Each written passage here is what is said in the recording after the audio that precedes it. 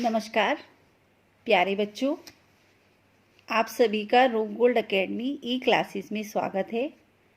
आज मैं नीतू गोयल आपकी क्षितिज पुस्तक से प्रथम पाठ लेकर उपस्थित हुई हूँ, जिसका नाम है नेताजी का चश्मा और इसके लेखक हैं सोम प्रकाश।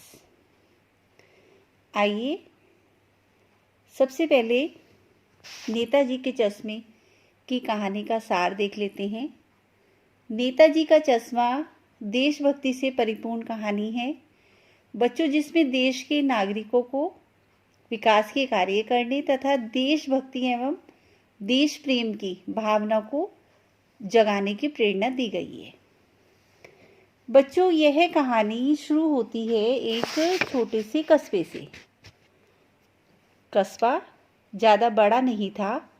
उस कस्बे में कुछ ही मकान थे और छोटा सा बाजार था, जिसे बाजार कहा जाता था। लड़कियों का स्कूल था, एक लड़कों का भी स्कूल था, एक सीमेंट का छोटा सा कारखाना था, 2 ओपन एयर सिनेमा घर थे, 1-2 नगर पालिका भी थी। नगर पालिका बच्चों उस कस्बे में कुछ ना कुछ काम कराती रहती थी। तो एक बार किसी उत्साहित बोर्ड या प्रशासनिक अधिकारी ने उस कस्बे के मुख्य चौराहे पर नेताजी सुभाष चंद्र बोस की एक संगमरमर की प्रतिमा लगवाने को कहा। लेकिन उन्होंने एक समय निश्चित किया गया, मूर्ति को बनाने के लिए एक समय निश्चित किया गया, और देश में अच्छे मूर्तिकार की जानकारी न होने के कारण और समय को ध्यान में रखते हुए उसी कस्बे के एक मोतीलाल, जो कि अध्यापक थे, तो उनसे मूर्ति बनाई गई और उन्होंने सुभाष चंद्र जी की एक संगमरमर की प्रतिमा यानी कि मूर्ति लगा दी कस्बे के चौराहे पर। अब यहाँ पे बच्चों मूर्ति का वर्णन किया गया है कि मूर्ति कैसी थी। जो मूर्ति थी वो संगमरमर की थी और टोपी की नोक से कोट के दूसरे बटन तक कोई 2 फुट ऊंची थी वो मूर्ति, जिसे कहते हैं बस्ट। देखने में बहुत सुंदर थी। नेताजी बहुत सुंदर लग रहे थे, कुछ मासूम और कम से। फौजी वर्दी में सुभाष चंद्र जी बहुत सुंदर लग रहे थे। मूर्ति को देखते ही बच्चों उनके 2 जो नारे थे, दिल्ली चलो और तुम मुझे खून दो, देखते ही याद आने लगते थे। मतलब यह बहुत ही अच्छा और सराहनीय प्रयास था। केवल इस चीज में बच्चों एक ही कमी थी जो देखते ही खटकती थी। किसमें? मूर्ति में। नेताजी की आंखों पर चश्मा नहीं था, यानी चश्मा तो था लेकिन संगमरमर का नहीं था। बस वैसे मूर्ति संगमरमर की बनी हुई थी, लेकिन चश्मा संगमरमर का नहीं बना था। एक सामान्य और सचमुच के रियल का चश्मे का चौड़ा काला फ्रेम मूर्ति को पहना दिया गया था। यहाँ तक बच्चों बात समझ में आ गई। एक कस्बे का वर्णन किया गया है, कस्बे में क्या है, फिर वहाँ पे बताया गया कि मूर्ति के लिए कहा गया बोर्ड ने, और वहाँ पे मूर्ति लगाई गई। और मूर्तिकार ने क्या किया, जल्दीबाजी में क्या कि वो चश्मा लगाना भूल गया, तो वहाँ पे रियल का चश्मा लगा हुआ था। ठीक है। और उसी कस्बे से हलदार साहब, यहाँ पे एक व्यक्ति का नाम लिया गया है जिनका नाम हलदार साहब है। हलदार साहब हर 15वें दिन कंपनी के काम के सिलसिले से उस कस्बे से होकर गुजरते थे।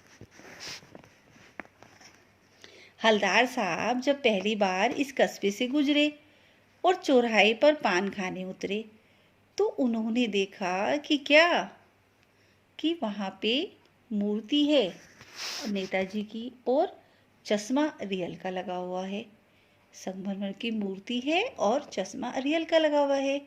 यह देखकर उन्हें मुस्कान आई उनके चेहरे पर। उन्होंने सोचा, वाह भाई वाह, आइडिया तो बहुत अच्छा है। मूर्ति पत्थर की है और चश्मा रियल का है।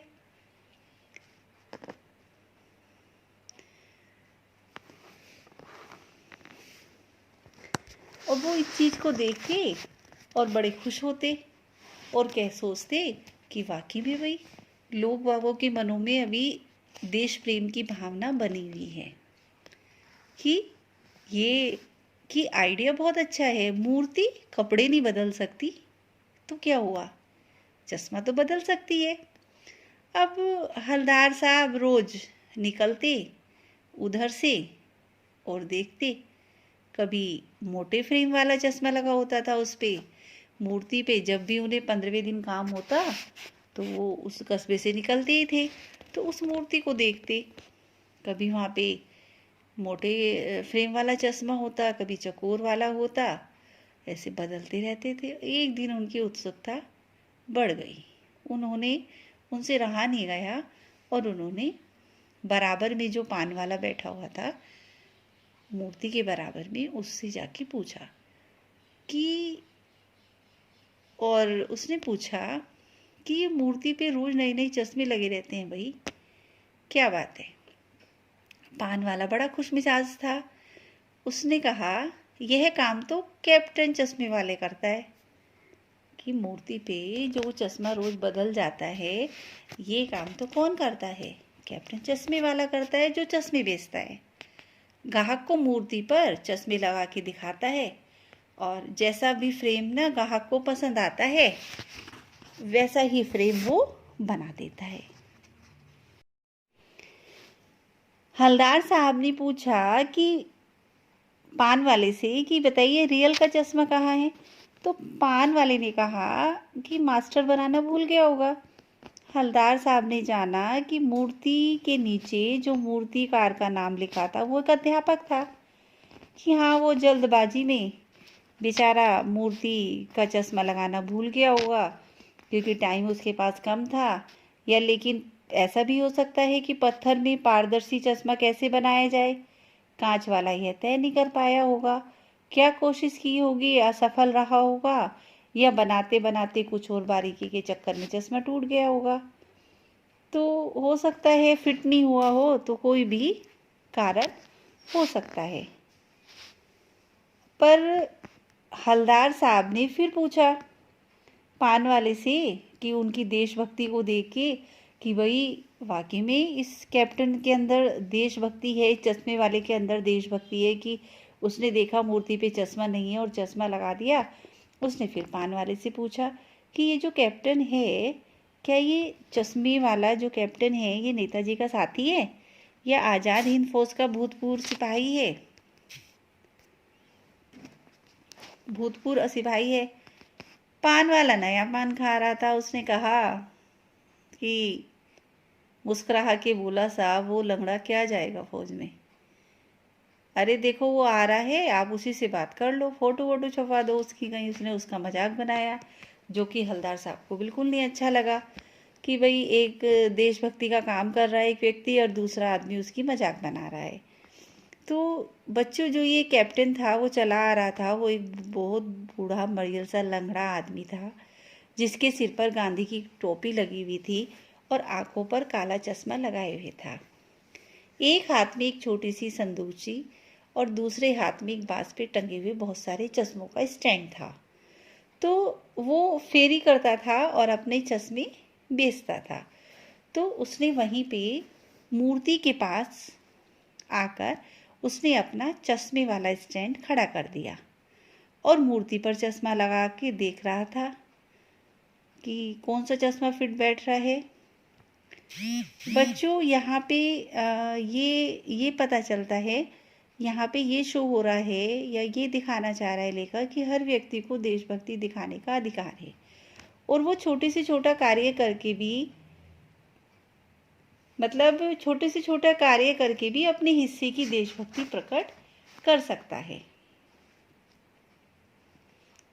हलदार साहब द्वारा कैप्टन के बारे में पूछे जाने पर पान वाला कतरा रहा था, वो बार बार पूछ रहे थे उसके बारे में और जीप वाले को भी जल्दी हो रही थी जाने की। तो हलदार साहब अपने घर चले गए।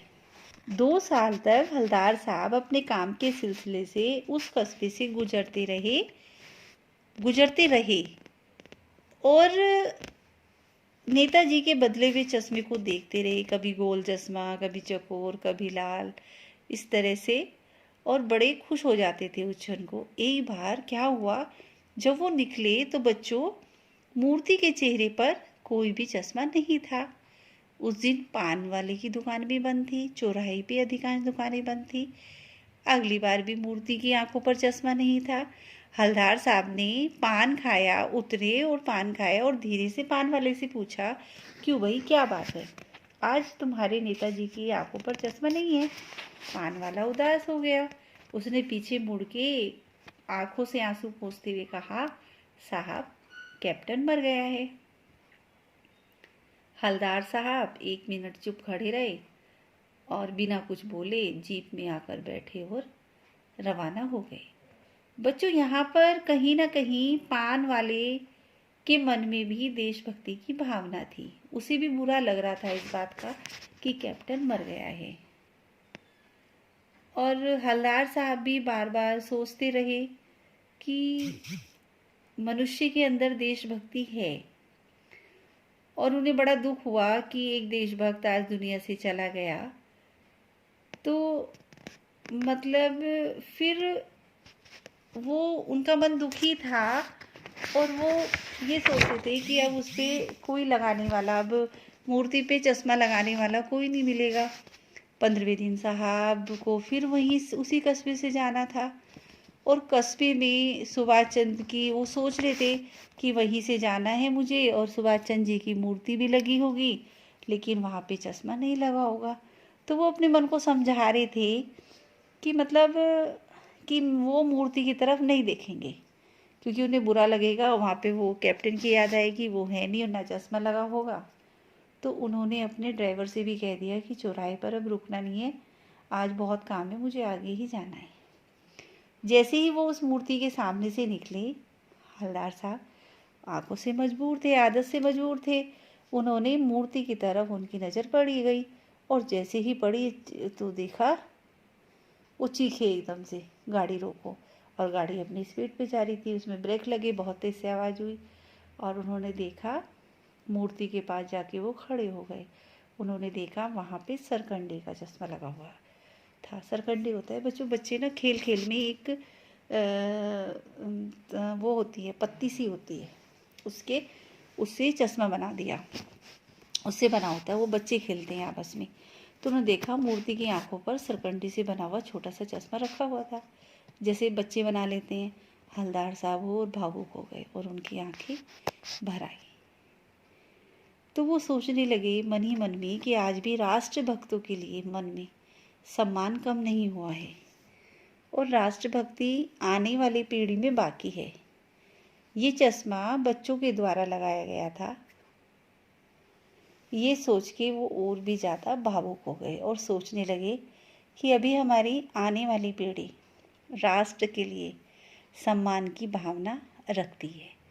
यहाँ पर हलदार साहब बच्चों द्वारा लगाए गए सरकंडे का चश्मा देखकर भावुक हो गए, और बच्चों, यहाँ पर कहानी अपने अंतिम बिंदु पर पहुंचकर ख़त्म हो जाती है। बच्चों, अगर आपको मेरी वीडियो पसंद आई हो तो इसे लाइक और सब्सक्राइब ज़रूर करें। बेल आइकन को प्रेस करना ना भूलें। धन्यवाद।